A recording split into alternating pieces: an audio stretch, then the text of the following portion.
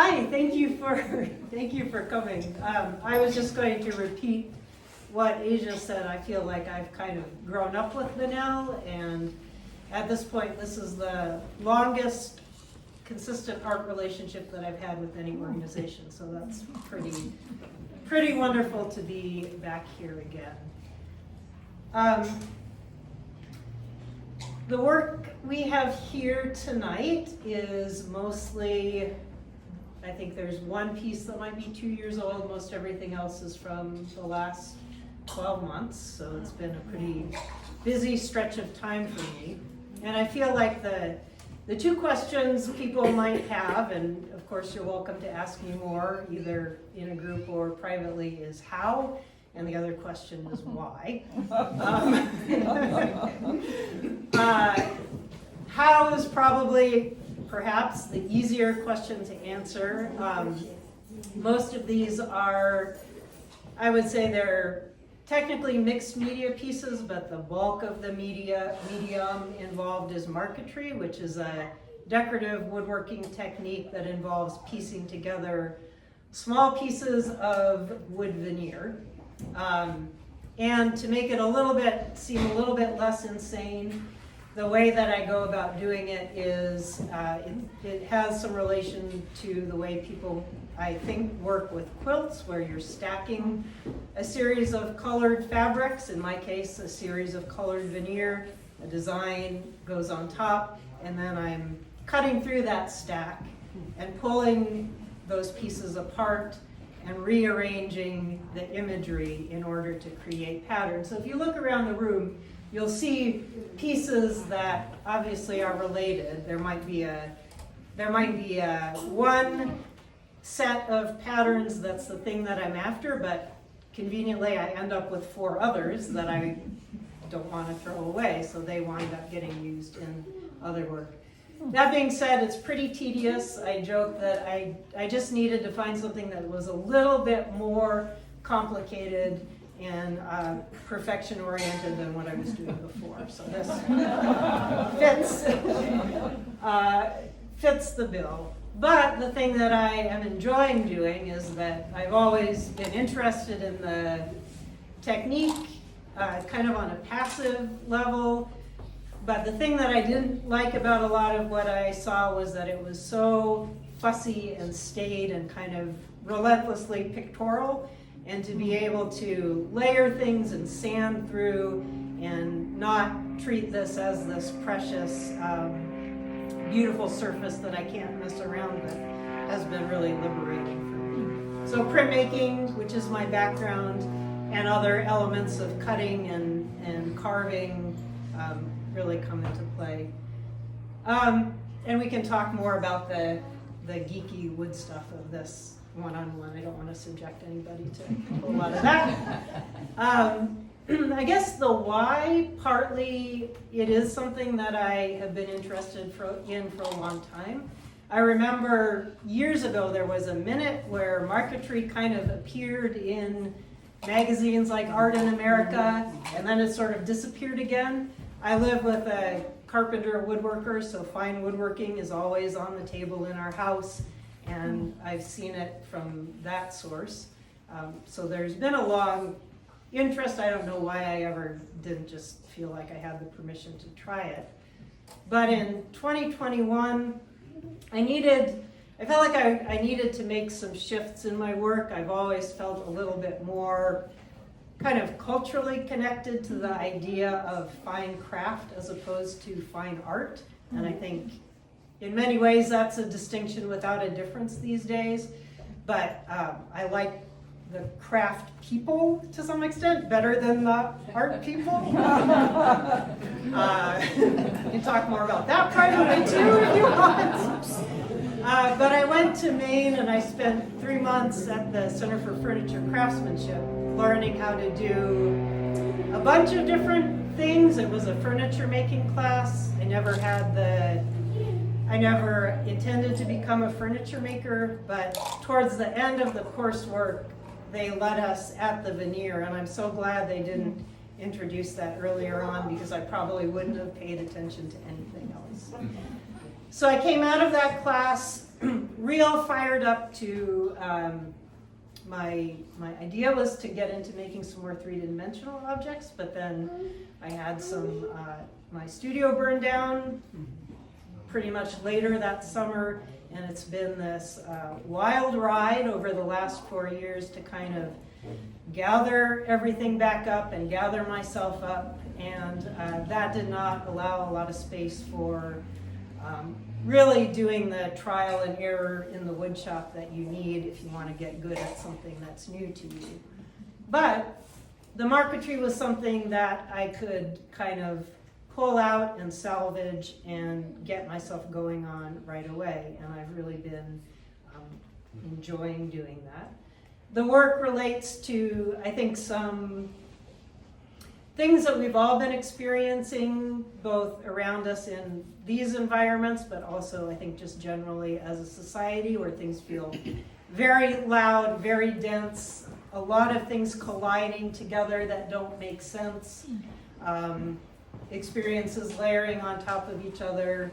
Many of these were done last summer when I was a fellow at the Museum for Art and Wood in Philadelphia.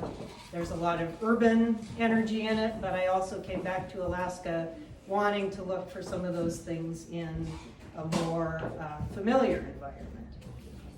And that's probably all I want to say right now.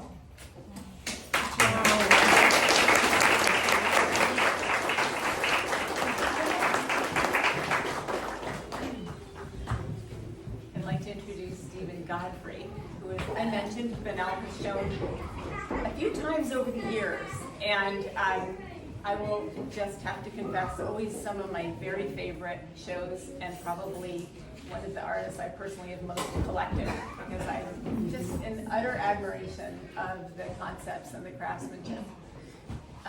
Steve Godfrey has been head of the art department at UAA for a few years now, and he has taught there for many years. He went to Alfred for his master's, and he's done some interesting residencies, especially at the Archie Bray, and all of this has really shaped his work, in addition to his deep story as a traveler and a family that emigrated to the States a long time ago. So there's a long history of collecting and craftsmanship. Welcome, Steve. So glad to have you.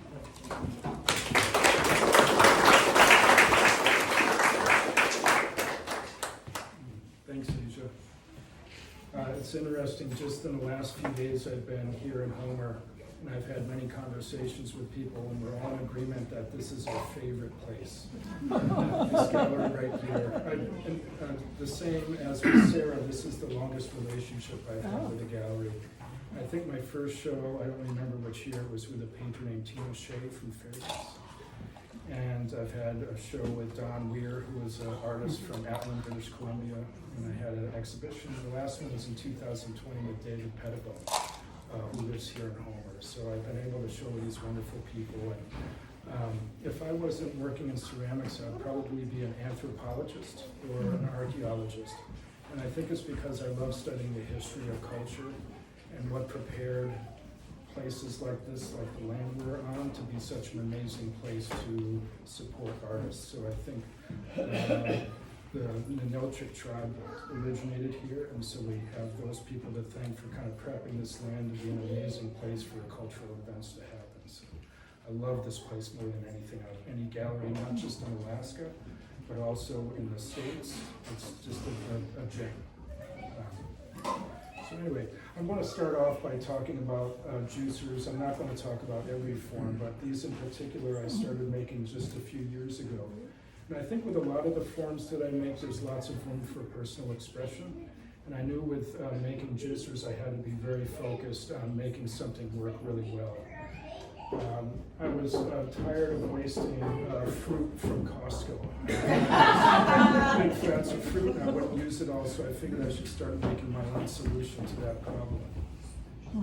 And so I went to Value Village, Salvation Army, and bought a lot of old used juicers. I bought juicers made by my friends, and I set them up and used them and tried to figure out what I wanted to make. The only worry that I had was that I thought I might end up making a paper plate of juicers, where it works relatively well, but it doesn't display any interpretation of my personal experiences or interests. And so in 2022, I made my first round, and then last year I made a second round of these juicers. And a friend of mine said to me when I was in college, he said, you know, if you find that you're hesitant about something you're making, turn it upside down, and it actually might give you the information that you need to make more successful work. And so I was worried about that paper plate issue, and so I turned this upside down, and I got what I was looking for. So I spent 2 weeks every summer going to Cape Cod, and it was my favorite place. I have such fond memories. And we stayed on a beach that had a lighthouse. And to me, the lighthouse forms on Cape Cod were some of the most beautiful. And I actually was somewhat haunted by the lights shining at night, but they really stuck with me. And so I figured, well, I turned this upside down and I have like a lighthouse flap. So I was really grateful for the fact that the things I was interested in kind of came through my hands.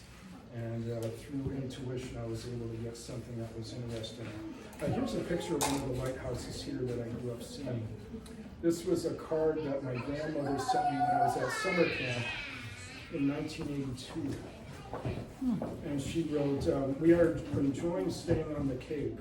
We love to walk down the Oyster River and watch all the boats going and coming, a busy, busy harbor.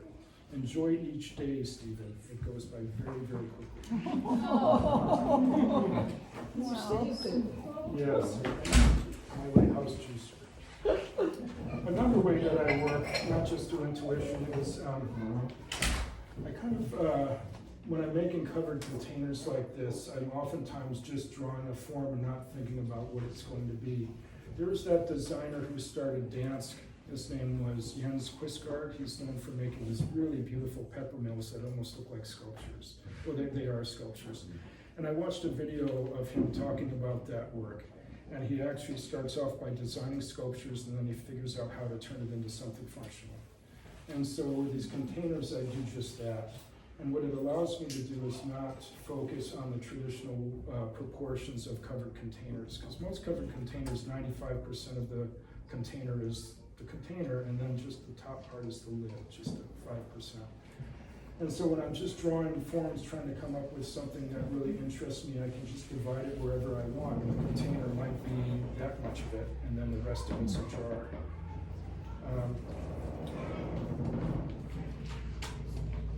Another thing that I think about when I make these is cathedrals.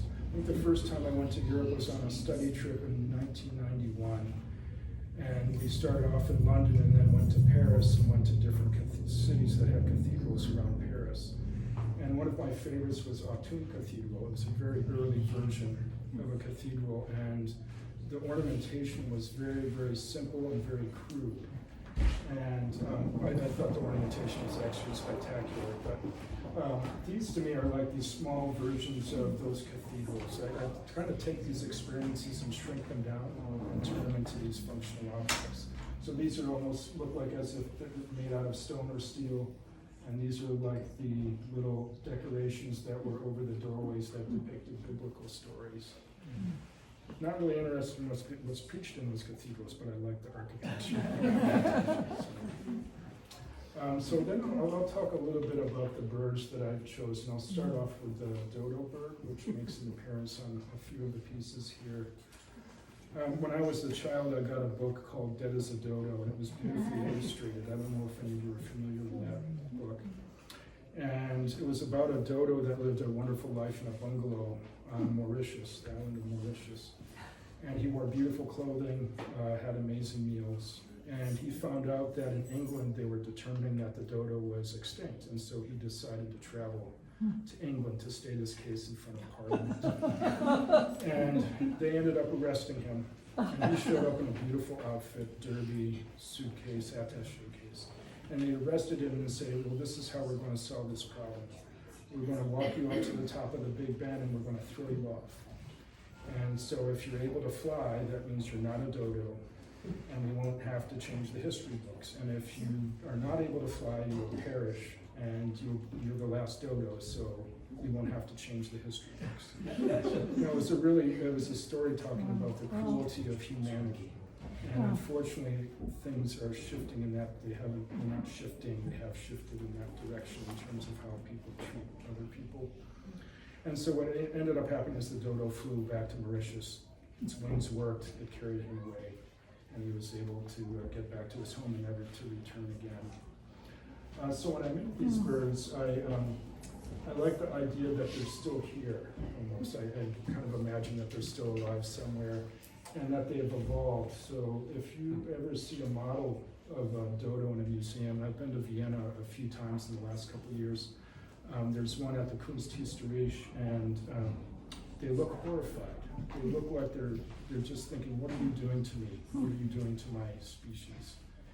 And I like to model these as if they are evolving or have evolved. Their wings are bigger, they look stronger, they're able to fly away from predators. And there's some examples that have these little hats on. I like to think about the paintings done by Northern Renaissance painters like Hieronymus Bosch, and then this guy discovered in Vienna named Pieter Heiss. And it seems as if in those paintings the animals are the ones that are thoughtful and intelligent, and the humans are behaving foolishly. And in fact, there's one of Pieter Heiss's paintings, there's this owl that had an arrow through its wing. And all these humans were getting it onto a horse, as if the owl was this special wise person, and they were trying to get it out of harm's way. So I really love looking at those paintings and including little bits of that into these animals. The owl has a hat as well. I also have a number of barred owls in the show. And according to Cherokee legend, the barred owl's distinctive call is said to foretell impending events, offering warnings or guidance to those who hear its message. It's also a messenger that brings knowledge and truth from the spirit world. And so if you look at the pieces with the barred owls, there's usually a conversation happening between the small bird, which is usually a western kingbird or redpoll, and the barred owl. So it's kind of symbolizing conversations people might have in their mind with someone who's passed away or someone who's left. I have a little poem here by Ted Kooser about a small owl, and it actually kind of talks about that spiritual relationship between the barred owl and the spirit world and those who are in this world.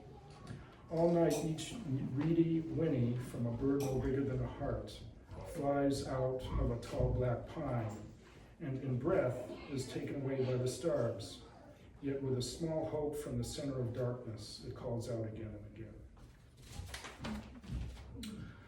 I started making red pulls just during this round of work. I started this work in June. Whoa. Yeah, I've been department chair, so I've been quite busy. And I'm making less and less work during the school year, so this was cutting it close. But anyway, I started making the red pulls because last winter we had this amazing, it was the winter of 23, 24, we had this amazing influx of red pulls. And I think the variety of birds at my feeders is maybe limited to 4 or 5 different birds, and so with 30 or 40 red pulls showing up, it was pretty exciting. So I have this poem about red pulls by Francis Duggan. Some things from the past with us always remain, and the past we revisit again and again. The bluebells in bloom on the ditch of the Boreen, and everywhere is looking so lush and so green. In my fancy, the red poll is singing on a sunlit tree, that bird in my past that I often did see. His voice from the mountain wood has followed me to the sunlit land by the Pacific Sea. So I think that last line is perfect for where we are here today. So that's all I have. Thank you.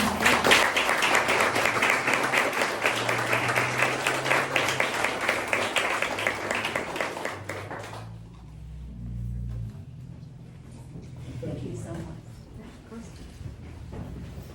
You guys want to take any questions? Anybody has any questions?